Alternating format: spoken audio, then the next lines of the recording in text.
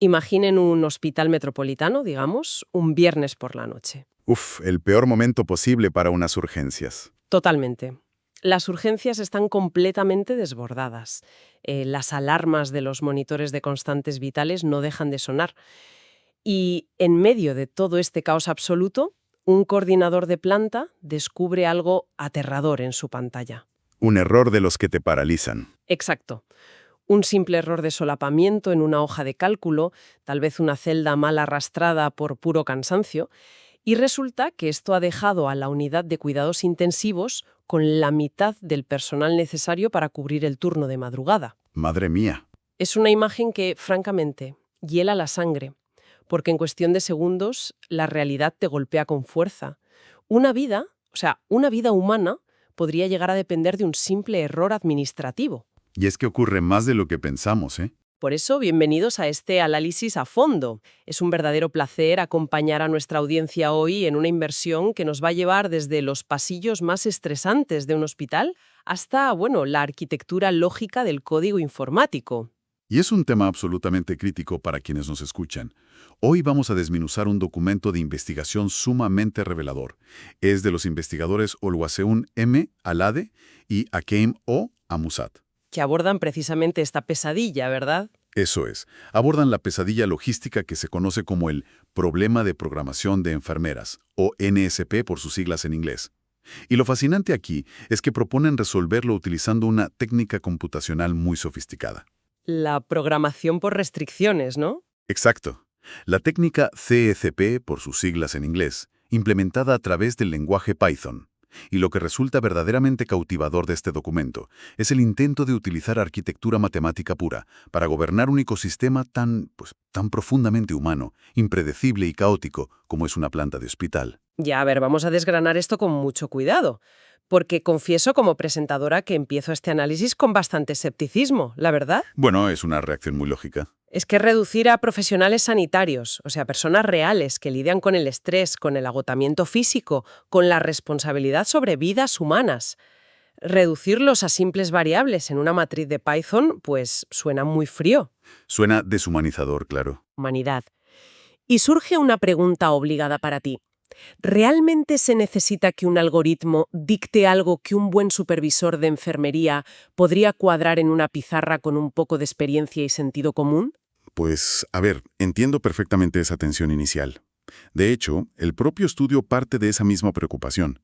Pero si analizamos la magnitud real del problema, la cruda realidad es que el sentido común y la típica pizarra hace mucho tiempo que se quedaron cortos. ¿Tanto ha cambiado la gestión hospitalaria? Muchísimo.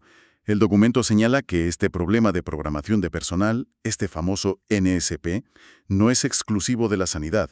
Afecta a grandes centros de llamadas, instituciones educativas, líneas de ensamblaje. Es, universalmente, el eslabón más frágil y el más propenso a errores en cualquier estrategia de gestión laboral moderna. Claro, me imagino que no estamos hablando solo de cubrir mañanas, tardes y noches, sin más. ¿Para nada? El motivo por el que un humano falla. Pues que un hospital genera una explosión combinatoria de variables, una cantidad de información que literalmente aplastaría la capacidad de cálculo de cualquier cerebro humano, por muy experimentado que sea el supervisor. O sea, entran en juego cosas como las vacaciones, las bajas. Exacto. Hay que cruzar la rotación constante del personal con disponibilidades individuales que cambian cada semana. Luego tienes los tiempos de descanso estipulados por convenios laborales, los picos inusuales de actividad por, digamos, emergencias estacionales como la gripe, y el factor más disruptivo, el absentismo de última hora. Ya veo. Así que la definición formal de este problema de programación de enfermeras, según el texto, consiste en asignar profesionales específicos a turnos concretos y a áreas delimitadas, cruzando todas estas dimensiones día tras día sin generar conflictos. ¿Eso es? ¿Sin romper el sistema? O sea, para que nos entienda nuestra audiencia, crear estos horarios es como jugar a una partida de Tetris. Pero no un Tetris normal, uno donde las piezas caen a una velocidad vertiginosa y además cambian de forma mientras están cayendo. Es una metáfora perfecta, sí. Porque claro, imagínate, tienes una enfermera asignada a un bloque de noches, todo cuadra y de repente necesita una baja médica. Ese cambio de forma hace que todo el muro de Tetris colapse, ¿no? Tal cual. Y los métodos tradicionales, ya sean esas hojas de cálculo manuales de las que hablábamos o los algoritmos heurísticos más simples, sencillamente colapsan cuando una de esas piezas cambia. Se quedan cortísimos ante la inmensa cantidad de variables, de inputs simultáneos. O sea que la intención no es ser crueles con la plantilla. Exacto. La intención del modelo matemático de Alade y Amusat no es deshumanizar. Al contrario, es construir un sistema lo bastante robusto como para proteger al personal de ese caos estructural y evitar que el servicio se hunda. Pero, claro, para que un ordenador pueda jugar a este Tetris multidimensional, primero hay que enseñarle las reglas del juego. Y tienen que ser reglas muy estrictas. Vale, y aquí es donde entran las famosas restricciones del modelo. Y el estudio las divide en dos categorías operativas. Pero, y aquí vuelvo a mi postura crítica, es justo en esta parte donde mi escepticismo inicial vuelve a encenderse y con fuerza. A ver, cuéntame, ¿qué parte del texto te chirría? Pues mira, el texto clasifica las reglas en restricciones duras y restricciones blandas. Las duras, según los autores, son inquebrantables. Definen si el modelo es matemáticamente viable o no y responden en exclusiva a las necesidades institucionales del hospital. Sí, son el núcleo duro de la operatividad. Ya, pero luego están las blandas. Estas representan las preferencias de las enfermeras, o sea, las necesidades de las personas reales. Y el texto las define, cito textualmente, como restricciones que pueden ser violadas. Suena un poco duro, lo reconozco. Es que llamar a la operatividad del hospital inquebrantable y a las necesidades de conciliación humana violables tiene un eco casi, no sé, distópico. ¿No es esta separación una receta matemática para garantizar el síndrome del trabajador quemado, el famoso burnout? Comprendo perfectamente el rechazo hacia esa terminología, ¿eh? Suena implacable y muy clínica. Sin embargo, hay que observar el mecanismo que hay por debajo. A ver, la máquina carece de empatía, eso es un hecho, pero opera bajo una lógica de supervivencia estructural. Supervivencia del hospital, claro. Exacto. Las restricciones duras son los cimientos. Si esas fallan, el hospital simplemente deja de funcionar de forma legal o de forma segura. El documento hace un análisis minucioso y enlista 5 restricciones duras en su tabla 1, de la HC1 a la HC5. ¿Y cuáles son exactamente esas líneas rojas que la máquina no puede cruzar? Pues mira, en esencia, las 4 primeras son pura legalidad laboral. La primera es dividir el día en 3 turnos exactos de 8 horas. Ya sabes, mañana, tarde y noche. La segunda es garantizar que nadie solape turnos el mismo día y que tengan su día libre. Vale, eso es básico. Claro. La tercera respeta los límites de jornadas semanales, trabajando 5 o 6 días. Y la cuarta asegura que el equipo no rote de manera descontrolada, limitando a un máximo de 2 enfermeras diferentes por turno a la semana. Vale, son normativas laborales puras y duras. Tienen sentido. Pero luego está la quinta restricción dura, la H5, y esta es la que el estudio subraya como vital. La llaman la regla de la continuidad. Ah, sí, la más estricta de todas. Y tanto. Obliga a que si un profesional trabaja en los turnos 2 o 3, es decir, tarde o noche, deba obligatoriamente haber trabajado ese mismo turno el día anterior o mantenerlo el día siguiente. Es, como dicen, completamente inquebrantable. Y a primera vista, esto parece una forma de encadenar a alguien al hospital, obligarles a comerse varios turnos de noche seguidos. Ya, desde fuera puede parecer un castigo, pero médicamente es la restricción que más protege tanto al paciente como al propio profesional. ¿De verdad? ¿Por qué? A nivel biológico, piénsalo. Mantener un mismo turno de noche 2 o 3 días seguidos genera muchísimo menos impacto en tu ritmo circadiano que hacer que un profesional salte de un turno de noche a uno de mañana en menos de 24 horas. Eso sí que destroza la salud. Vale. Visto así, tiene sentido biológico. ¿Se conoce la evolución del paciente desde la noche anterior? Si el algoritmo permitiera flexibilizar esta regla, la calidad del cuidado caería drásticamente y los errores médicos se dispararían. Vale, te compro el argumento médico.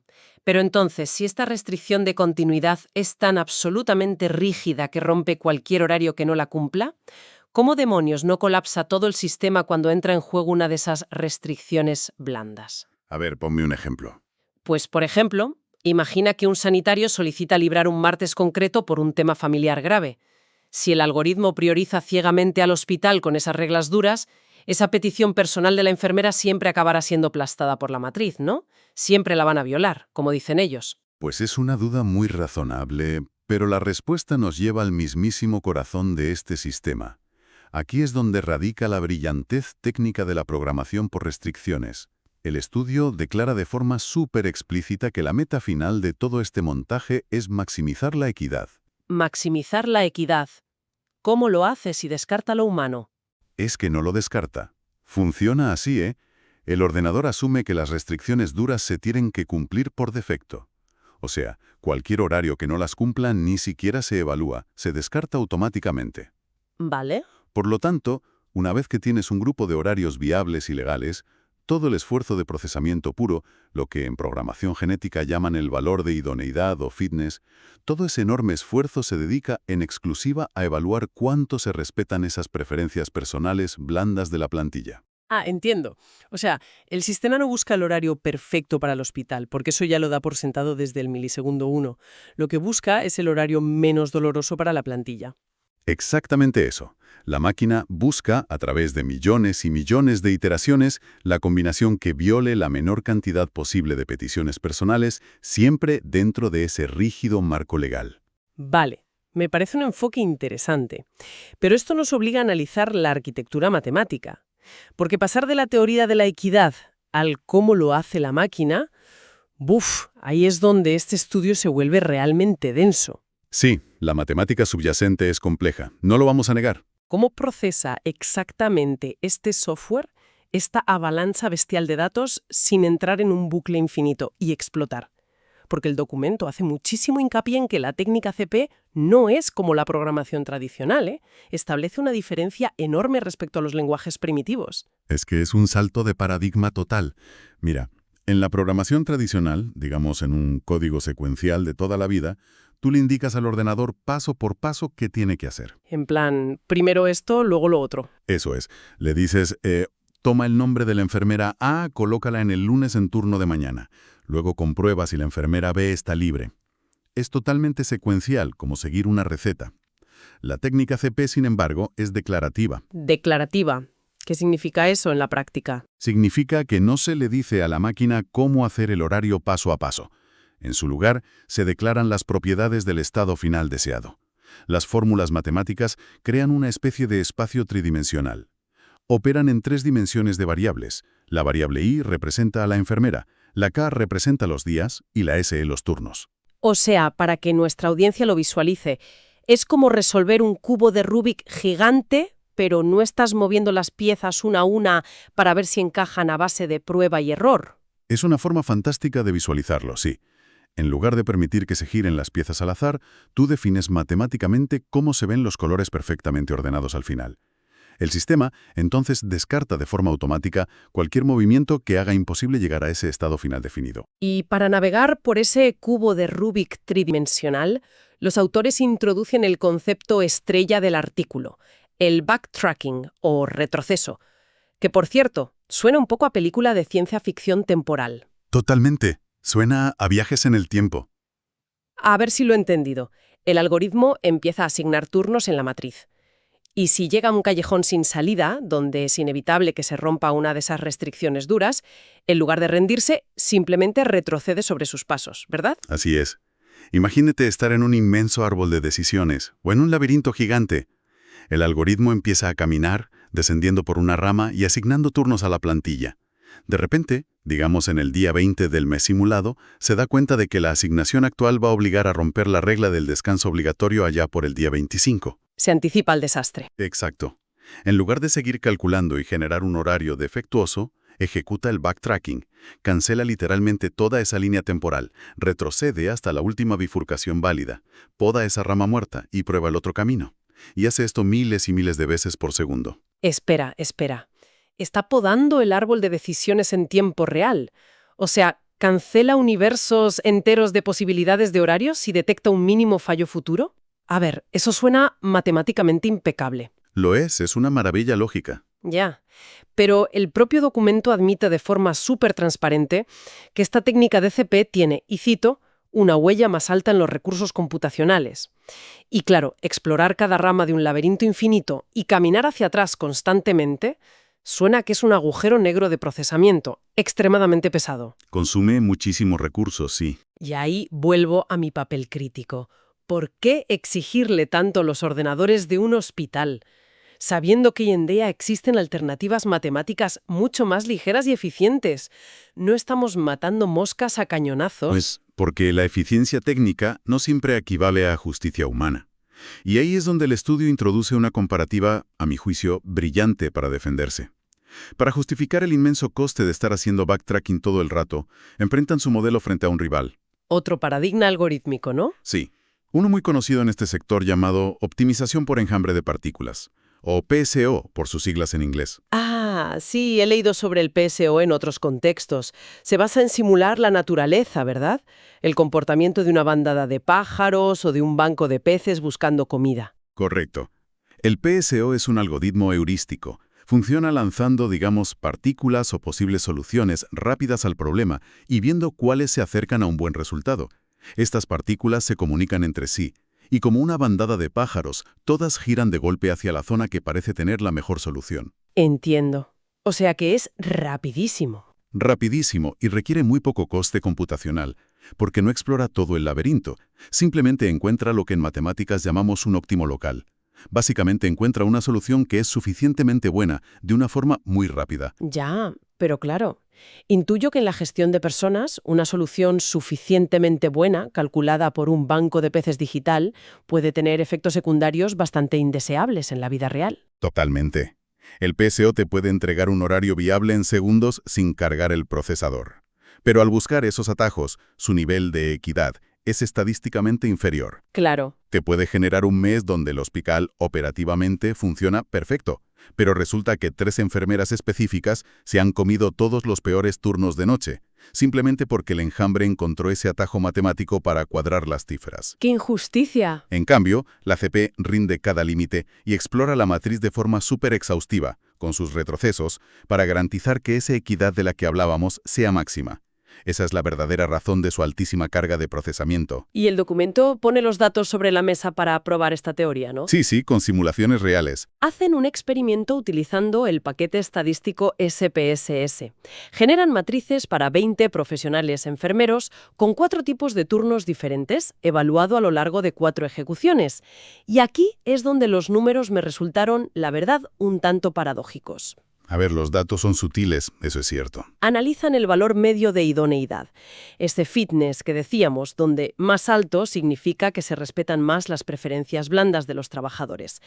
Resulta que la puntuación fue de 6.77 para el veloz algoritmo de los pájaros, el PSO. Exacto, 6.7781 concretamente. Y para nuestro complejo y denso modelo CP, tras todo ese doloroso y exhaustivo proceso de retroceso, la puntuación media fue de 7.19. Y aquí, de verdad, que tengo que detener este análisis para cuestionar el planteamiento. Adelante. O sea, todo este desgaste computacional masivo, toda esta arquitectura tridimensional de variables para pasar de un 6,77 a un 7,19, ¿es una mejora absolutamente marginal? O sea, ¿realmente compensa semejante esfuerzo técnico frente al peso solo por unas décimas? Sobre el papel, parece una victoria pírrica. A ver, entiendo la crítica. Cualquier analista de datos sin contexto hospitalario llegaría a esa misma conclusión. Pero, y aquí me pongo firme para dar perspectiva, la estadística es estéril si no se traduce a la realidad física de la planta del hospital. Ya, pero es que son solo 0,42 puntos de diferencia. Sí, pero ese incremento de 0.42 no es un mero decimal académico. En la escala humana de un bloque de 20 profesionales, ese salto cualitativo representa la diferencia real entre una plantilla que apenas sobrevive al mes arrastrándose y una que realmente puede descansar y desconectar. Claro, visto así, el decimal es la representación matemática de la conciliación. Exacto, es menor rotación de personal, es equidad. Se traduce en que varias personas lograron asistir a un evento familiar crucial, o que no acumularon una fatiga extrema que podría acabar en un error médico letal. Y para ilustrar esto de forma palpable, el estudio nos presenta la tabla 4.1. Ah, sí, esa tabla es fascinante, porque baja los números a la tierra. Totalmente. Es una matriz generada para 10 personas reales. Bueno, las nombran de la N1 a la N10, en un ciclo de 9 días. Y al observar los turnos generados, las letras M de mañana, T de tarde, N de noche y O de días libres, ves claramente la elegancia del sistema CP. Yo me fijé en eso. Se nota cómo la máquina, por ejemplo, intercala limpiamente días libres justo tras un bloque de noches para la enfermera N1, dándole oxígeno. Y el PSO, al buscar atajos rápidos, no siempre logra esa sutileza clínica.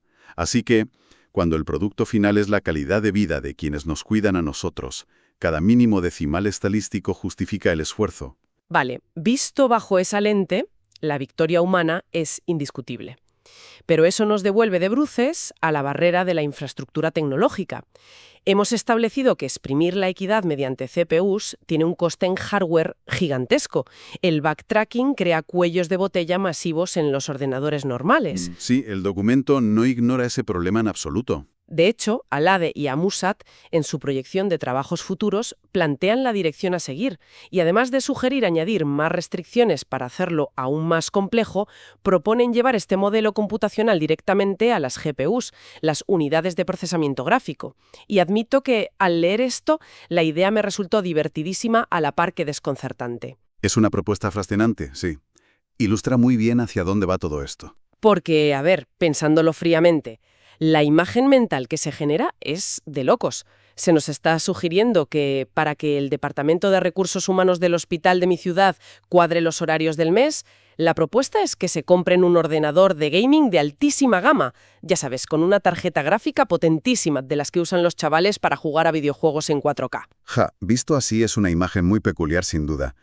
¿Te imaginas a los de Recursos Humanos con teclados de luces LED? Exacto, es increíble. Pero, a ver, fuera de bromas, la base tecnológica tiene una lógica aplastante.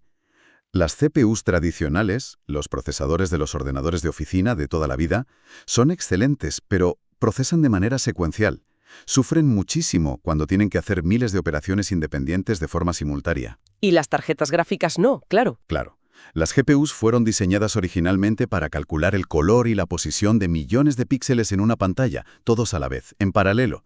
Evaluar miles de restricciones blandas en esa matriz tridimensional de la que hablábamos no deja de ser una forma de procesar matrices complejas. O sea que las GPUs son el hábitat natural de este algoritmo. Exacto. Una GPU puede procesar esos cálculos en paralelo, haciendo que el costoso backtracking se resuelva en una fracción minúscula del tiempo, sin bloquear el sistema. O sea, resumiendo, que están proponiendo convertir el estrés laboral y las necesidades humanas de la plantilla en un inmenso problema de renderizado matemático paralelo. Es una forma muy poética pero exacta de describirlo, sí. Pero para que todo esto no se quede en un experimento de frikis de la informática o de ciencia de datos, los autores introducen un último elemento crucial en su propuesta de futuro. Y me parece la clave de todo. El desarrollo de la interfaz. Sí, la interfaz gráfica de usuario o GUI. Porque, claro, argumentan que el sistema debe poder ser utilizado fácilmente por usuarios que ellos llaman ingenuos o inexpertos. Claro, se refieren a personal sin formación en código Python. Exacto. El supervisor médico de la unidad de cuidados intensivos, el que organiza la planta, no tiene el tiempo, ni las ganas, ni la necesidad de aprender a compilar código, ni de entender qué es la optimización por enjambre de partículas. Solo quiere que el turno esté cubierto. Ese desarrollo de la interfaz es el puente tecnológico vital. Todo este andamiaje intimidante del que hemos hablado, el denso lenguaje declarativo, el pesado proceso de retroceso, la derivación a procesadores gráficos, todo, absolutamente todo tiene que quedar oculto. Invisible para el usuario final. Totalmente invisible. Debe ocultarse tras una pantalla limpia con botones sencillos y menús desplegables. El coordinador médico simplemente introduce las peticiones de vacaciones de las enfermeras, pulsa un botón de calcular, la tarjeta gráfica en la sombra procesa millones de universos futuros posibles durante unos segundos y devuelve el mes organizado. Y con una equidad matemática impecable. Eso es. La tecnología más compleja y puntera se utiliza precisamente para salvaguardar el elemento más vulnerable y puramente humano del ecosistema hospitalario. Ocultar la máxima complejidad técnica para lograr la máxima simplicidad humana. Me parece un concepto maravilloso. Y creo que es el momento ideal para liderar un repaso conciso y consolidar todo lo que ha supuesto esta inmersión de hoy. Por supuesto. Si destilamos todo este análisis profundo, hemos visto cómo organizar los recursos humanos sanitarios, el NSP, es un problema universal y un laberinto logístico que desafía a la mente humana. Que colapsaba los métodos manuales. Exacto.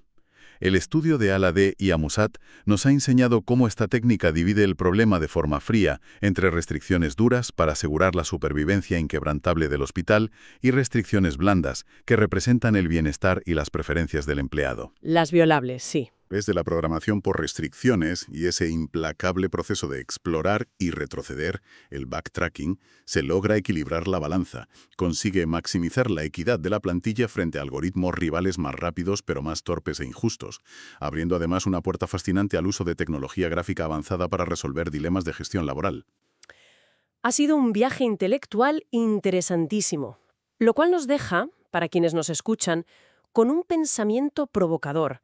Una última reflexión, algo más profunda, para que la audiencia la mastique ahora, que terminamos. A ver, adelante.